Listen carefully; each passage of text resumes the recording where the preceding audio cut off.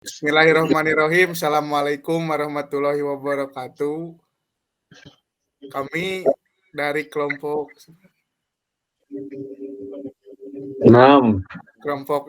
ingin mengerjakan tugas kelompok yang berjudul tentang sistem pakar rekomendasi destinasi wisata di Kabupaten Garut. Untuk memenuhi tugas kecerdasan buatan, nah di sini ada anggota dan ketuanya, yaitu ketua saya sendiri, Rangga Hidayat, dan anggota pertama Muhammad Kalam Ilmayasa, anggota 2 Rizky Pauji, dan anggota 3 Farhan Nurdiansah. Langsung masuk ke materi yang akan dibacakan oleh Farhan Nurdiansah. Baik, untuk yang pertama, sistem pakar. Sistem pakar adalah program komputer yang dirancang untuk meniru kecerdasan manusia dan membantu dalam pengambilan keputusan dalam bidang tertentu. Sistem ini dibangun dengan menggunakan pengetahuan dari seorang pakar dalam bidang tertentu dan kemudian disimpan dalam bentuk basis pengetahuan atau aturan-aturan yang dapat diproses oleh komputer.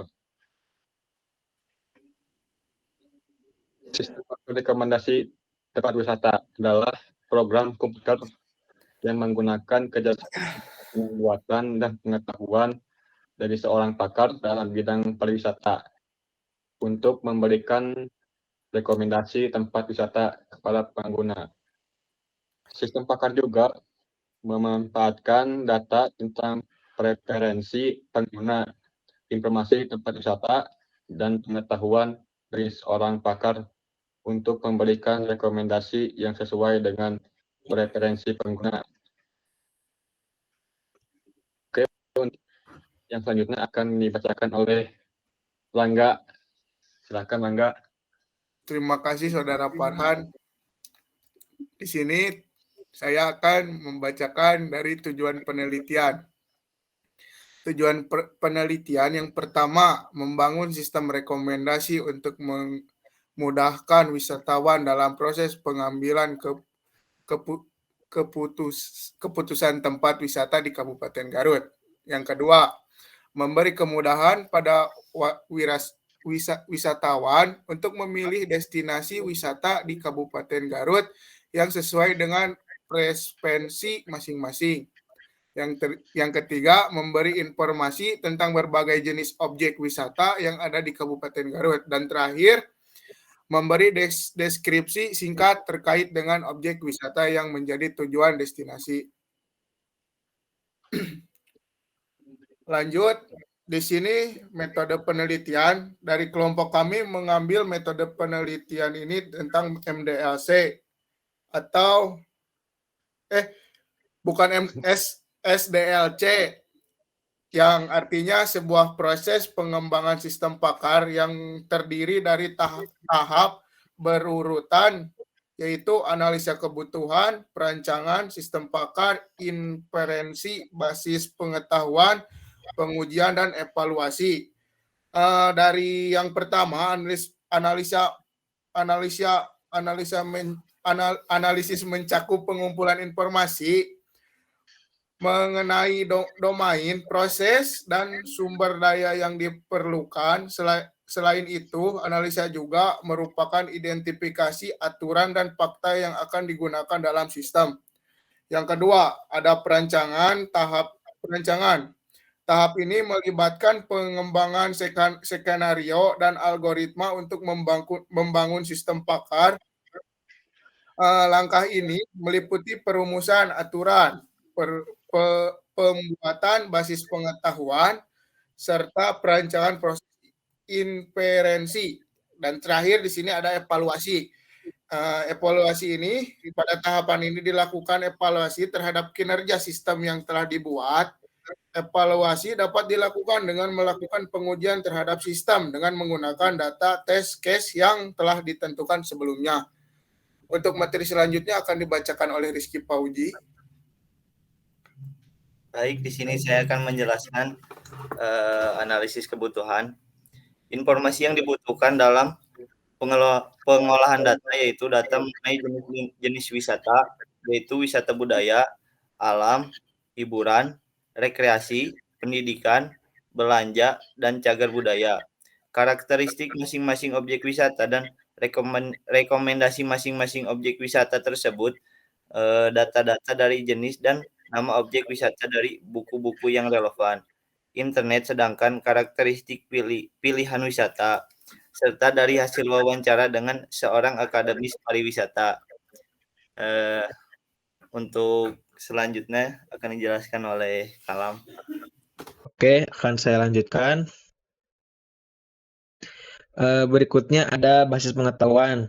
Basis pengetahuan pada penelitian kali ini diambil berdasarkan web resmi dari Dinas Pariwisata Kabupaten Garut dan juga seorang yang ahli di bidangnya. Dalam hal ini seorang di Dinas Kepariwisataan Kabupaten Garut. Nah, di sini ada 3 kolom ya. Yang pertama ada kode, nama wisata, dan jenis wisata. Untuk yang pertama yaitu WA01, di sini WA menyatakan jenis wisatanya, di mana WA itu berarti wisata alam, sedangkan 01 menyatakan jenis nama wisatanya. Contoh, WB01 yaitu Candi Cangkuang, nama wisatanya, dan juga jenis wisatanya wisata budaya. Begitu seterusnya sampai ke bawah, sampai ke seluruh basis pengetahuan, di mana contohnya WK01 artinya wisata kuliner, dengan nomornya itu menyatakan nama wisatanya gitu. Nah, ini juga ada basis pengetahuan selanjutnya, ada WK yang tadi wisata kuliner, ada WR wisata religi, WB itu wisata belanja, ada WP yaitu wisata petualangan, dan ada WK yaitu wisata keluarga. Semua jenis dari wisata ini diambil berdasarkan web resmi dari Dinas Pariwisata Kabupaten Garut. Nah, untuk selanjutnya di sini ada contoh studi kasus, di mana ada seseorang bernama Hosim yang berasal dari Jakarta. Di sini Hosim dan keluarga ingin berlibur ke Garut selama 3 hari 2 malam pada akhir pekan. Nah, ada juga keterangan tambahan di mana Hosim dan keluarganya menyukai keindahan alam yang pertama, dan juga ingin mencoba kuliner khas Garut yang kedua, serta mengunjungi tempat wisata yang cocok untuk keluarga. Nah, dari pernyataan tersebut dan keterangan tambahannya bisa diambil kesimpulan bahwa rekomendasi tempat wisata untuk Hosim dan keluarganya itu yang pertama Kawah Kamojang. Di sini Hosim dan keluarganya dapat mengunjungi Kawah Kamojang untuk menikmati keindahan alam dan panorama pemandangan pegunungan yang spektakuler. Pemilihan Kawah Kamojang ini karena Kawah Kamojang memenuhi unsur yang pertama, yaitu WA atau wisata alam, di mana dalam keterangan tambahan tadi Pak Hosim ingin berkunjung ke wisata alam di daerah Garut. Untuk yang nomor 2, di mana dari keterangan tambahannya Pak Hosim ingin mencicipi kuliner yang ada di wilayah Garut. Nah, dari aplikasi kami ini direkomendasikanlah Pak Hosim dan keluarga untuk menuju ke pusat Ceplak agar Pak Hosim dan keluarganya bisa mencicipi berbagai kuliner yang ada di Garut. Untuk yang ketiga, yaitu di keterangan tambahannya diketahui Pak Hosim dan keluarga ingin berlibur ke wisata keluarga gitu. Nah, diambil dari kode tadi yang ada di basis pengetahuan, direkomendasikanlah Pak Hosim dan keluarga untuk mengunjungi Taman Wisata Cikebulan untuk melihat dan berekreasi bersama keluarga gitu. Mungkin sekian dari kelompok kami. Mohon maaf apabila banyak kekurangan karena kami juga masih tahap belajar. Untuk kritik dan saran bisa langsung ditulis saja di kolom komentar di bawah. Jangan lupa kasih like dan komen di video ini. Ya, terima kasih. Wassalamualaikum warahmatullahi wabarakatuh.